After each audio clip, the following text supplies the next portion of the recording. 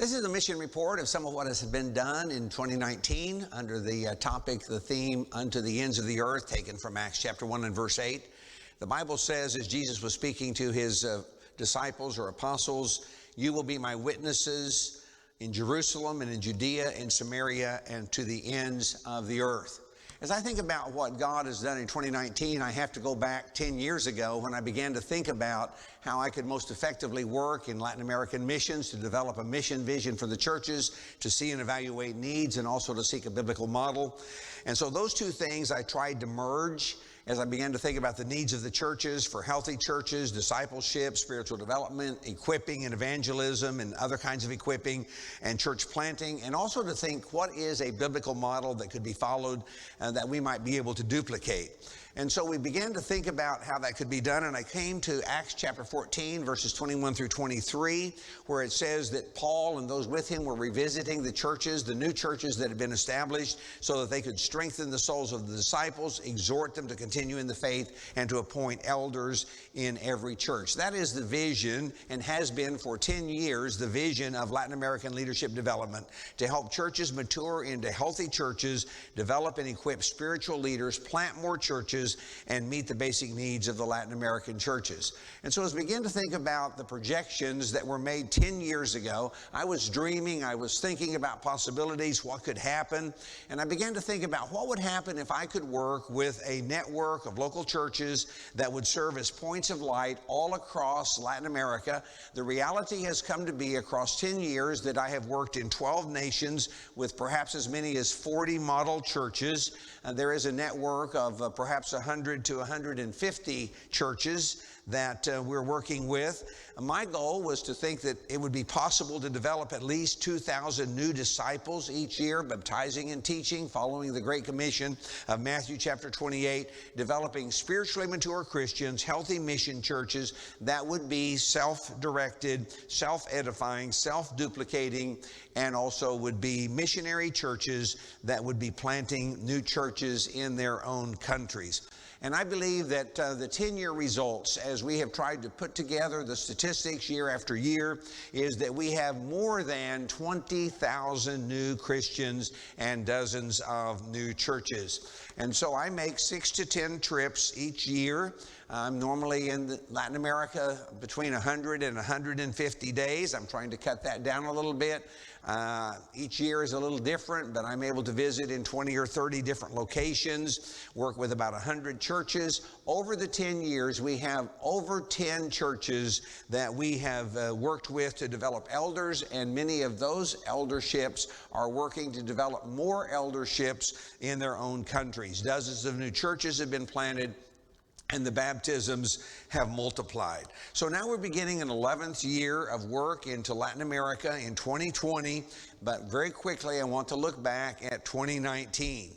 These are the locations where I was able to be involved in mission work in 2019. You can see that the references in white are to U.S. trips, where we've helped appoint elders, where we've worked in strengthening churches, Hispanic churches in the U.S., also participated in Global Mission Conference, but internationally, I was able to work with churches in Costa Rica, Dominican Republic, El Salvador, Honduras, also in Colombia, Ecuador, and to continue to work to be what God is calling us to be in this effort. We're also involved in special projects in addition to the travels that we do, and here is a list of some of the places where we have been able to be involved in special projects. I want to spend a great deal of this report talking about the Dominican Republic projects, and then I'm going to quickly work through each of those particular areas that I have listed.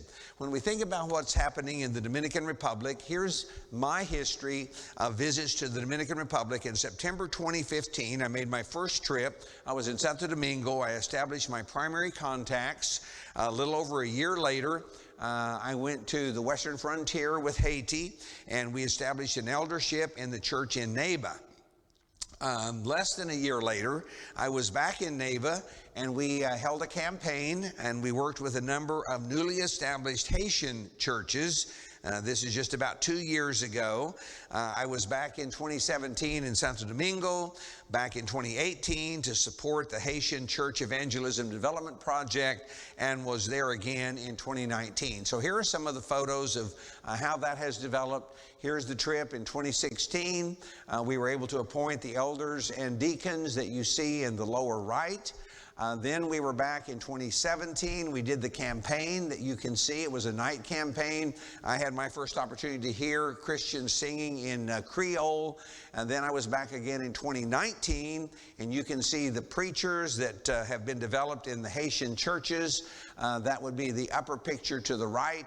You can see a part of the seminar, and you can see some of the work that has been done. And so in the Dominican Republic, in March of 2019, excuse me, we were able to work with 8 newly established Haitian churches. Those churches have a membership that is nearing 350, an attendance of 400 to 500. We have a new church plant also in the, we have a new church plant also in the city of Neiva. They're working to develop youth programs, working with also some Spanish-speaking area churches. And the thing that I am so happy to be able to report to you is that now we have about 600 or more Christians, where only 2 years ago, 2.5 years ago, there were less than 100. And so God is marvelously blessing us in the special projects that we're involved in. I'm going to quickly work through some of these special projects in no particular order. In 2019, we were able also to help with several different kinds of benevolent needs in southern Colombia. To work with leader development in Pasto. They helped us celebrate our 50th wedding anniversary. You can see a list of some of the towns where we're working. The last town listed in La Hormiga is a new church plant that has been renovated where there had formerly been a church, and that church in less than a year has reached an attendance of between 25 and 30. Also working in Ecuador, you can see again details of the work. A church that now has elders and deacons, is about 6 years old, has built its own building with minimal U.S. help, committed to local evangelism, also dreaming of new churches and how churches can be planted, and has in fact been instrumental in the development of 6 churches in the general area around them and also at a distance. In El Salvador, I was able to work with the Miramonte elders that I helped establish about 2 or 3 years ago, working toward hiring evangelists with their own funds in their own situation, and also working in Nuevo Cuscatlan in elder development and working with the schools of preaching on the frontier. In Honduras, I was invited to speak at Baxter for the 2019 Seminario. Also continue to be active in other locations in Honduras, in Tolonga, San Pedro Sula, and again on the frontier.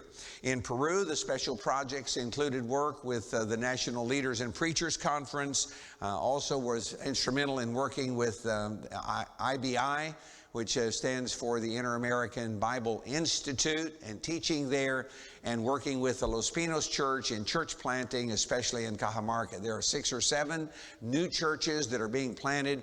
I've helped them focus specifically in Cajamarca, where we have a new church that after a year, a little bit less than a year, has about 20 to 25 in regular attendance. You can see a list of some of the places where we have worked and continue to work and to support the work. And in 2020, I'll also be making a new contact in Piura.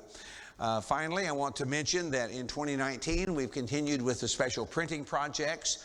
The evangelistic Bible studies pictured on the left have been expanded to include 10 lessons. There are 2 new lessons, and Spanish Literature Ministry helps us develop and distribute, print those particular studies. The book on evangelism, how to equip and how to energize the local church, has been updated, as well as all of the Bible study guides in English have been made available now both in Kindle as well as in hard copy. So we continue to work in a number of special projects. We continue to strive to help the gospel go unto the ends of the earth, because that's what God has called us to do.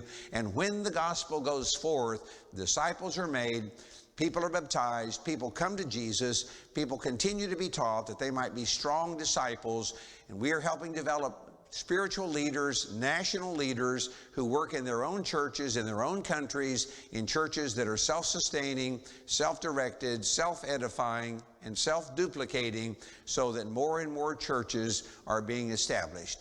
Thank you for being a part of this work. Thank you for the support that you give us in prayer, and to those who faithfully participate with us financially, we say thank you also. May God bless us in 2020 as we continue to take the gospel to the ends of the earth.